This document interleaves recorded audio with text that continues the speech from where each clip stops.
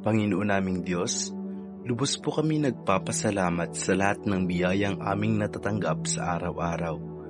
Nagpapasalamat kami sa lahat ng taong iyong ipinagkaloob sa amin upang aming maging gabay sa pagtahak sa buhay na ito.